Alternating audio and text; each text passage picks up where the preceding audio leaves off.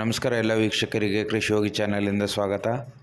ಈ ವಿಡಿಯೋದಲ್ಲಿ ನಾವು ಈ ವರ್ಷದಲ್ಲಿ ಏನು 2024 ಇದೆಯಲ್ಲ, ಇದರಲ್ಲಿ ಈ ಮುಂಗಾರು ಮಳೆಯ ಯಾವ ರೀತಿ ಆಗಮನ ಇದೆ ಮತ್ತು ಹವಾಮಾನ ಇಲಾಖೆಯಿಂದ ಏನು ಮುನ್ಸೂಚನೆ ಬಂದಿದೆ, ಅಂದರೆ ಯಾವ್ಯಾವ ಜಿಲ್ಲೆಗಳಲ್ಲಿ ಮಳೆಯಾಗುವ ಜಾಸ್ತಿ ಸಾಧ್ಯತೆ ಇದೆ ಮತ್ತು ಯಾವ್ಯಾವ ಪ್ರದೇಶಗಳಲ್ಲಿ ಮಳೆ ಸ್ವಲ್ಪ ಕಡಿಮೆ ಆಗ್ತದೆ ಮತ್ತು ಜಾಸ್ತಿ ಆಗುತ್ತೆ ಅಂತ ಕಂಪ್ಲೀಟಾಗಿ ಇಲ್ಲಿ ಮಾಹಿತಿಯನ್ನು ತಿಳಿದುಕೊಳ್ಳೋಣ. ಹವಾಮಾನ ಇಲಾಖೆಯಿಂದ ಏನು ಮುನ್ಸೂಚನೆ ಬಂದಿದೆಯಲ್ಲ, ಅದು ಇಲ್ಲಿ ನಿಮ್ಮ ಮುಂದೆ ಹೇಳ್ತಾ ಬರ್ತೀನಿ. ಈ 2023ನೇ ಸಾಲಿನಲ್ಲಿ ಬಹಳಷ್ಟು ನೀರಿನ ಕೊರತೆಯಿಂದ, ಯಾಕಂದರೆ ಮಳೆ ಸರಿಯಾದ ರೀತಿ ಆಗಿಲ್ಲ, ಆದ ಕಾರಣಕ್ಕಾಗಿ ನಮ್ಮ ರೈತರು ಸರಿಯಾದ ರೀತಿಯಲ್ಲಿ ಬೆಳೆ ಬೆಳೀಲಿಕ್ಕೆ ಸಾಧ್ಯವಾಗಲಿಲ್ಲ. ಯಾಕಂದರೆ ಭಾಳಷ್ಟು ರೈತ ತುಂಬ ಕಷ್ಟಪಟ್ಟಿದ್ದಾರೆ, ಯಾಕಂದರೆ ಅವರಿಗೆ ಸರಿಯಾದ ರೀತಿಯಲ್ಲಿ ಮಳೆ ದೊರೆಯಲಿಲ್ಲ. ಆದ ಕಾರಣಕ್ಕಾಗಿ ಅಟ್ಲೀಸ್ಟ್ ಅವರು ಮುಂಗಾರಿನಲ್ಲಿ ಸರಿಯಾದ ರೀತಿಯಲ್ಲಿ ಈ ಮಳೆ ಬರಲಿಲ್ಲ ಅಂತ ಹೇಳ್ಬಿಟ್ಟು ಹಿಂಗಾರದಲ್ಲಿ ಮಳೆ ಬರ್ತದೆ ಅಂತ ಒಂದು ಊಹೆ ಮಾಡಿದರು. ಆದರೂ ಕೂಡ ಅವರು ಅಲ್ಲಿ ನಿರಾಶರಾಗಿದ್ದಾರೆ, ಯಾಕಂದರೆ ಅವಾಗೂ ಕೂಡ ಅವರಿಗೆ ಮಳೆ ಬರಲಿಲ್ಲ. ಅದರ ಕಾರಣಕ್ಕಾಗಿ ಕಂಪ್ಲೀಟ್ 2023ನೇ ಸಾಲಿಗೆ ಏನಿದೆ ನಮ್ಮ ರೈತರಿಗೆ ಒಂದು ದೊಡ್ಡ ಕಷ್ಟ ಕೊಟ್ಟಿದೆ ಅಂತ ಹೇಳ್ಬೋದು. ಯಾಕಂದರೆ ಸರಿಯಾದ ರೀತಿಯಲ್ಲಿ ವಾತಾವರಣ ನಮಗೆ ಕೈ ಹಿಡಿದಿಲ್ಲ, ಆದ ಕಾರಣಕ್ಕಾಗಿ ಈ ರೀತಿ ಕಷ್ಟಗಳನ್ನು ಎದುರಿಸಿದ್ದಾರೆ ಅಂತ ಹೇಳ್ಬೋದು.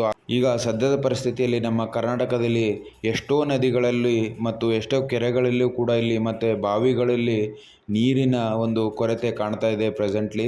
ಮತ್ತು ಬೇರೆ ಬೇರೆ ಏನು ಜಿಲ್ಲೆಗಳಲ್ಲಿ ಇದೆಲ್ಲ, ಕೆಲವೊಂದು ನಮ್ಮ ಉತ್ತರ ಕರ್ನಾಟಕ ಭಾಗದಲ್ಲಿ ಕೆಲವೊಂದು ಜಿಲ್ಲೆಗಳಲ್ಲಿ ಕೆಲವೊಂದು ಹಳ್ಳಿಗಳಲ್ಲಿ ನೀರಿನ ಕೊರತೆಯಿಂದ ಕುಡಿಯುವ ನೀರು ಸಮಸ್ಯೆ ಕೂಡ ಇಲ್ಲಿ ಆಗ್ತಾ ಇದೆ ಅಂತ ಹೇಳ್ಬೋದು ಸದ್ಯದ ಪರಿಸ್ಥಿತಿಯಲ್ಲಿ. ಈಗ ದಿನದಿಂದ ದಿನಕ್ಕೆ ಇಲ್ಲಿ ತಾಪಮಾನ ಕೂಡ ಇಲ್ಲಿ ಜಾಸ್ತಿ ಆಗ್ತಾಯಿದೆ, ಯಾಕಂದರೆ ಈ ಬೇಸಿಗೆ ಸಮೀಪ ಬಂತು. ಅದೇ ರೀತಿಯಲ್ಲಿ ಈಗ ನಮಗೆ ಕುಡಿಯೋ ನೀರ ಒಂದು ಸಮಸ್ಯೆ ಆಗ್ತಿದೆ ಅಂತಂದರೆ ಇಲ್ಲಿ ಬಹಳ ಒಂದು ತೊಂದರೆಯನ್ನು ಉಂಟಾಗ್ತಿದೆ ಅಂತ ಹೇಳ್ಬೋದು. ಆದ ಕಾರಣಕ್ಕಾಗಿ ನಮ್ಮ ರೈತರಿಗೆ, ಈಗ ನಮ್ಮ ವೀಕ್ಷಕರಿಗೆ ಸಿಹಿ ಸುದ್ದಿ ಅಂತ ಏನು ಬಂದಿದೆಯಲ್ಲ, ಈ ಕರ್ನಾಟಕ ರಾಜ್ಯದಲ್ಲಿ ಈಗ ಮಳೆ ಆಗುವ ಸಾಧ್ಯತೆ ಇದೆ ಅಂತ ಒಂದು ಸೂಚನೆ ಬಂದಿದೆ. ಇದರ ಪ್ರಕಾರ ನಾವು ಯಾವ್ಯಾವ ಜಿಲ್ಲೆಗಳಲ್ಲಿ ಇಲ್ಲಿ ಮಳೆ ಆಗುವ ಸಾಧ್ಯತೆ ಇದೆ ಅಂತ ನೋಡೋಣ.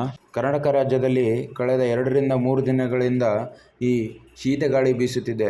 ರಾಜ್ಯದ ಕರಾವಳಿಯ ಉತ್ತರ ಕನ್ನಡ ಮತ್ತು ದಕ್ಷಿಣ ಕನ್ನಡ ಭಾಗದಲ್ಲಿ, ಒಳನಾಡಿನ ಈ ಜಿಲ್ಲೆಗಳಲ್ಲಾದ ಶಿವಮೊಗ್ಗ ಮತ್ತು ಬೆಂಗಳೂರು ನಗರ ಮತ್ತು ಬೆಂಗಳೂರು ಗ್ರಾಮಾಂತರ, ಕೊಡಗು ಮತ್ತು ದಾವಣಗೆರೆ, ತುಮಕೂರು ಮತ್ತು ಚಿತ್ರದುರ್ಗದಲ್ಲಿ ಮುಂದಿನ ಒಂದು 2-3 ದಿನಗಳಲ್ಲಿ ಅಲ್ಪ ಮಳೆಯಾಗುವ ಸಾಧ್ಯತೆ ಇಲ್ಲಿ ಹವಾಮಾನ ಇಲಾಖೆ ಇಲ್ಲಿ ತಿಳಿಸಿಕೊಟ್ಟಿದೆ. ಅದೇ ರೀತಿ ಈ ವರ್ಷದ ಮುಂಗಾರಿನಲ್ಲಿ ಈ ಜಿಲ್ಲೆಗಳಲ್ಲಿ ಒಂದು ಹೆಚ್ಚಿನ ಮಳೆಯಾಗುವ ಸಾಧ್ಯತೆಯನ್ನು ಈ ಹವಾಮಾನ ಇಲಾಖೆಯಿಂದ ನಿರೀಕ್ಷೆ ಮಾಡಲಾಗಿದೆ.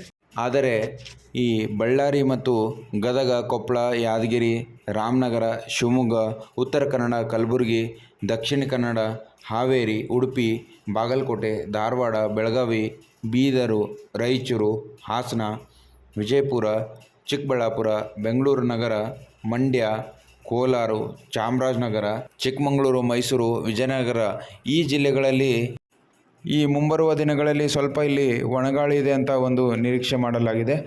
ಅಂದರೆ ಸ್ವಲ್ಪ ಮಳೆ ಕಡಿಮೆ ಇದೆ ಅಂತ ಒಂದು ನಿರೀಕ್ಷೆಯನ್ನು ಈ ಹವಾಮಾನ ಇಲಾಖೆಯಿಂದ ಮಾಡಲಾಗಿದೆ ಅಂತ ಹೇಳ್ಬೋದು.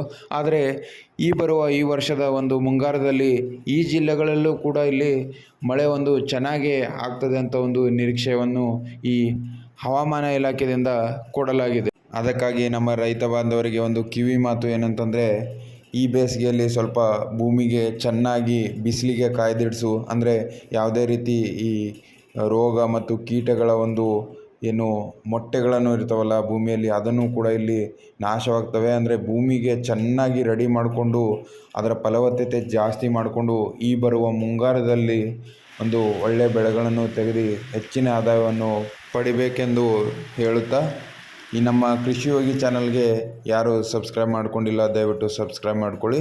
ಮತ್ತು ಇದೇ ರೀತಿ ನಿಮಗೆ ಮಾಹಿತಿಯನ್ನು ಬರ್ತಾ ಇರುತ್ತೆ. ಈ ಮಾಹಿತಿ ನಿಮಗೆ ಇಷ್ಟವಾದರೆ ಲೈಕ್ ಮಾಡಿ ಮತ್ತು ಬೇರೆಯೂ ಕೂಡ ಈ ವಿಡಿಯೋನ ಶೇರ್ ಮಾಡಿ. ಧನ್ಯವಾದಗಳು.